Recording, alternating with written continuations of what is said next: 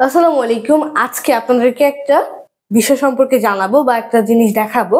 যে জিনিসটা হয়তো আমরা অনেকেই দেখেছি, অনেকে খেয়াল করেছি, অনেকে বিষয়টা আইডেন্টিফাই করতে পেরেছি বা তেমন একটা কিছু হয়নি বা কিছু বলার তেমন সুযোগ হয়নি। সো বিষয়টা হয়তো আমাদের প্রায় প্রত্যেকের সাথে ঘটেছে। সো বাসায় কলা আনা হয়েছে। এই যে হচ্ছে একটা কলার ছড়া, চমৎকার একটা কলার ছড়া। তবে এখানে কিন্তু অনেকগুলো কলা আছে। এই কলার খোসাগুলা দেখে কি মনে হচ্ছে? পাকা, পাকা কলা। এগুলো তো আর কাঁচা কলা না। অ্যান্ড এগুলো পাকা কলা এবং পাকার জন্য গাগুলো ফেটে গেছে। অ্যান্ড এমন পাকা পাকছে যে মানে পচন ধরে না, কালো কালো দাগ হয়ে যায় না অতিরিক্ত পাকার ফলে, সেই কালো দাগগুলো কিন্তু এখানে দেখতে পাচ্ছি। অ্যান্ড আমি যদি এখান থেকে একটা কলা ছিঁড়ি, ছিঁড়ে যদি আমি দেখি এটা কিন্তু শক্ত, প্রচুর কাঁচা, কষ, খাওয়া যাচ্ছে না এমন অবস্থা। সো এই কলাটা খাওয়া যাচ্ছে না, পাশাপাশি এই যে কলার এই যে বোটা যদি আমি দেখি, এটা কিন্তু সবুজ, অর্থাৎ এটা কিন্তু পাকা না। দেখে মনে হচ্ছে পাকা কিন্তু পাকা না। তবে দেখে কেন পাকা মনে হচ্ছে, কেন রাইপ মনে হচ্ছে এটাকে? এটার পিছনে রিজন আছে কয়েকটা। এইখানে এই যে কলার ব্যবসায়ীরা আছেন বা যে ফলের ব্যবসায়ীরা আছেন, তারা কিন্তু ক্যালসিয়াম কার্বাইড, ইথিফল সহ অনেক কিছু কিন্তু এতে রাসায়নিক যে মেডিসিন গুলো আছে পাকানোর জন্য কিন্তু দিয়ে থাকে। তবে এই কলা পাকায় তাদের লাভ কি? কলা তো একসময় না একসময় তো পাকবেই, তখন তারা তো বেচতে পারে। ওই যে কলা কাঁচা থাকতে অধিক মুনাফার কারণে তারা বেশি পরিমাণে কলা তারা একবারে বিক্রি করতে পারবে, বা দ্রুত তারা কলা বেচতে পারবে, কাঁচা কলাকে দ্রুত পাকা বানায় ফেলতে পারবে। এই যে এইগুলো তাদের মানে তাদের যে সমস্যাগুলো আছে এইগুলা। তবে এই যে এতগুলো কলা, এই যে একটা কলা আমি খাইতে পারলাম না কাঁচা, এই যে কলার ছড়া, এই কলার এত কথা কেন আজকে উঠলো? কলার কথা ওঠার পিছনেও কিছু কারণ অবশ্যই তো আছে না? সেটা হচ্ছে আমরা কিন্তু কয়েকদিনের মধ্যে শীঘ্রই আমরা কিন্তু একটা নতুন মাস পাবো, রমজান মাস। যে রমজান মাসটা কিন্তু আমাদের জন্য, যারা মুসলিম আছে তাদের জন্য কিন্তু খুবই পবিত্র একটা মাস, এবং আমরা প্রত্যেকেই এই মাসটার জন্য সারাটা বছর অপেক্ষা করে থাকি। গত বছর এবং এই বছর, এই দীর্ঘ এতদিন পর আমরা অবশ্যই এই মাসটা পাবো। তবে এই মাসটা কিন্তু আমাদের সওয়াব আদায়ের মাস, বা আমরা কিন্তু অনেক ইবাদত করে থাকি, ইবাদতের মাস বলা হয় মাসটাকে। এবং এই রমজান মাসে দুইটা বিষয় আছে, একটা হচ্ছে সাহরি এবং আরেকটা হচ্ছে ইফতার। এই সাহারি এবং ইফতার, এই দুইটা যে আমাদের একটা মুখ্য বিষয় আছে আমাদের রমজানের টাইমে। রমজানের যে একটা মাস, এই একটা মাসের প্রত্যেকটা দিনে, এই প্রত্যেকটা দিনে কিন্তু এই যে সাহারি এবং ইফতারে কিন্তু এই কলা খুবই গুরুত্বপূর্ণ একটা ভূমিকা রাখে। এবং আমাদের এই দেশে, আমাদের এই বাংলাদেশে ধনী গরিব প্রত্যেকটা মানুষই কিন্তু ইফতারে বা সাহারিতে কলা খেতে পছন্দ করে, বা এই কলা অনেকে কলা দিয়ে ইফতার করে, সাহারি করে, চিড়ার সাথে বা বিভিন্ন ভাবে কিন্তু কলা তারা খেয়ে থাকে প্রসেস করে। তবে এই কলাতে আমরা যে ফলের ব্যবসায়ীরা বা কলার ব্যবসায়ীরা যে মেডিসিন গুলো ইউজ করে, ক্যালসিয়াম কার্বাইড বা ইথিফল সহ, সেগুলোতে সমস্যা কি?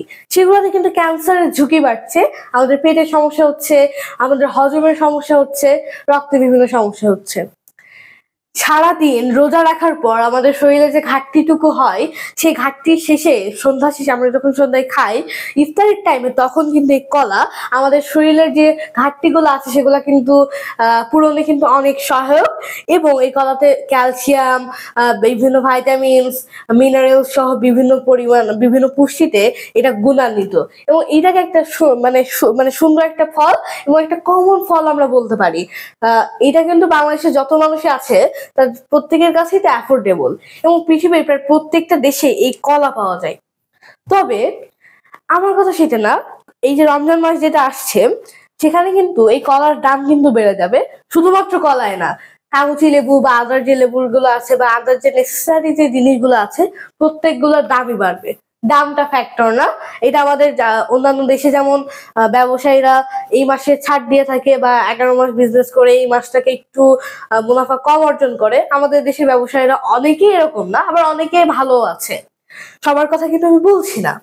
তবে যারা এই কলা বা এরকম দামগুলো বাড়ান, বা সে তাদের জন্য বলছি, মুনাফা কম হোক, আল্লাহ আপনাদের ব্যবসাতে বরকত দিবে। আচ্ছা, দামটাও ফ্যাক্টর না। এই যে কলায় যে মেডিসিনটা পাচ্ছি, এই মেডিসিন নিয়ে কিন্তু মানুষ অসুস্থ হচ্ছে, বা কলার যে পুষ্টিগুলো আছে সেগুলো কিন্তু আসলে হ্রাস পাচ্ছে দিন দিন। সো মানুষ যে সারাদিন পরে ইফতারের টাইম একটা কলা খাচ্ছে, তার পুষ্টির জন্য, একটা এনার্জির জন্য, তার শরীরের চাহিদাগুলো পূরণের জন্য, ঘাটতিগুলো পূরণের জন্য, কলা তো তাহলে সেটা পূরণ করতে পারছে না।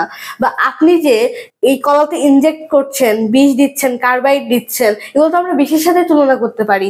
তারপরে আপনি ইথিফন দিচ্ছেন, এগুলোও তো বিষের মতোই। তো আপনি যেগুলো দিচ্ছেন, তো আপনি তো কিয়ামতের দিন হচ্ছে আপনাকে আল্লাহর সামনে হিসাব দিতে হবে আপনি কেন দিয়েছেন।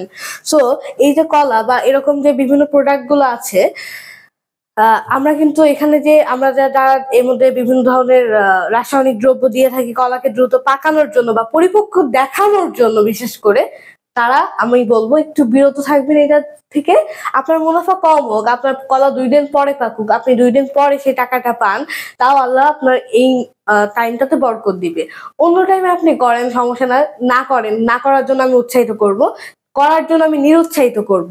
তবে এই রমজান মাসে অন্তত প্লিজ দয়া করে এই ধরনের যে কেমিক্যাল গুলো আছে বা রাসায়নিক যে থিংস গুলো আছে এগুলো দিবেন না। বা প্রাকৃতিক যে একটা কলা, ন্যাচারাল একটা থিংস আমি খাইতে পারবো। কলা কিন্তু প্রকৃতির একটা দান, তাও কিন্তু আমরা অনেক সময় কলাকে ন্যাচারাল বলতে পারবো না। যেমন এই কলার ছড়াটাকে আমি ন্যাচারাল বলতে পারছি না, কেননা এটা কিন্তু আসলে প্রাকৃতিক ভাবে পাকে না, এটাকে অবশ্যই মেডিসিন দেওয়া হয়েছে। সো এই যে কলার কথা তো বললাম, পাশাপাশি আমার ভিডিওটা শেয়ার করবেন যাতে এই কলা বা এই ধরনের সচেতনমূলক যে বিষয়গুলো আছে সেগুলো যেন সবাই জানতে পারে। পাশাপাশি একটা বিষয় আছে, এই একটা কলার যে খোসাটা, এটা কিন্তু আমরা বানরের মতো খাই, আবার অনেকে কিন্তু এই কলার খোসাটা পাশেই ফেলাই দিই, যার ফলে মোটরসাইকেল, সাইকেল বা আমাদের হাঁটতে গেলেও কিন্তু অনেকে সমস্যা হয়। বৃদ্ধ যারা আছে, বাচ্চারা যারা আছে, অনেকে স্লিপ খেয়ে পড়ে যায়, আমাদের পিচ্ছিল হয়ে যায় জায়গাটা। তো আমরা তো চাইলে একটু ডাস্টবিনে ফেলতে পারি না, আমাদের তো আর রাস্তায় ফেলার প্রয়োজন হয় না। কলা কিন্তু আমাদের দেশে প্রচুর মানুষ প্রত্যেক দিনই খেয়ে থাকে। তবে এই কলার এই যে লাস্টের যে খোসাটা, এইটাকে কয়জন যে ডাস্টবিনে ফেলে বা কয়জন যে নির্দিষ্ট স্থানে ফেলে সেটা হয়তো অনেকেই না, 50% তো হবে না, অর্ধেকও হবে না। সো আপনি কলা খান, ভালো কলা খান, প্রাকৃতিক ভাবে পাকানো কলা খাওয়ার চেষ্টা করবেন এবং কলাটা ডাস্টবিনে বা নির্দিষ্ট স্থানে ফেলার চেষ্টা করবেন, এটা আমার রিকোয়েস্ট। অ্যান্ড ফল ব্যবসায়ীদের প্রতি রিকোয়েস্ট, পাশাপাশি আমরা যারা এই ধরনের ফ্রুটস খাচ্ছি, বিভিন্ন যে নেসেসারি জিনিসগুলো খাচ্ছি, আপনাদের প্রতিও রিকোয়েস্ট বা আমি নিজেকে অনুপ্রাণিত করছি, আমাদের এগুলোর প্রতি আরো সচ্চার হতে হবে এবং এই ধরনের যে বিষয়গুলো আছে সেগুলো নিয়ে আরেকটু আমাদেরকে ভাবতে হবে, বিশ্লেষণ করতে হবে, এগুলোকে বুঝতে হবে কেন এমন, আমরা কি করলে আমরা এটাকে রিমুভ করতে পারবো আমাদের সোসাইটি থেকে। সো আমরা আর এমন কলা খাইতে চাই না, বিশেষ করে রমজান মাসে। সো আমার ভিডিওটা শেয়ার করবেন এবং সবাই যাতে এই বিষয়টা সম্পর্কে জানতে পারে সেটা নিশ্চিত করবেন। Thank you very much.